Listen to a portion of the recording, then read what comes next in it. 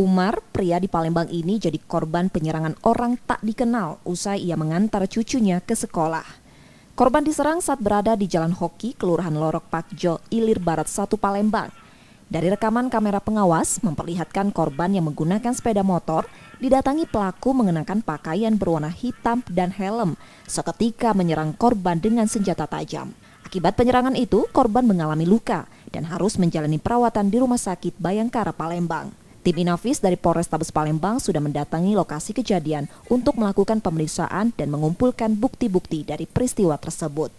Kita akan dalami apa yang jadi motifnya. Ya, nanti apapun hasilnya nanti kita akan sampaikan kembali pada rekan.